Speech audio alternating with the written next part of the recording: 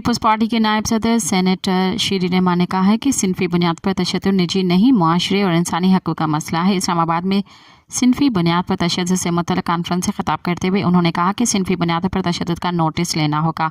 घरेलू तशद्दुद ख़वातीन के ख़िलाफ़ संगीन जुर्म है। ख़वातीन के ख़िलाफ़ तशद्दुद मामूल बन चुका है जो कम होने के बजाय बढ़ रहा है। शीरीन रहमान ने कहा कि पाकिस्तान में सिनफी बुनियाद पर तशद्दुद के मुक़दमात में सज़ा सिर्फ 3% है, जो काबिल शर्म है। सिनफी बुनियाद पर तशद्दुद के मुक़दमात के लिए जो 880 अदालतें हैं, फिर भी ज़ेर अल्तवा मुक़दमात की शरह तशवीशनाक है।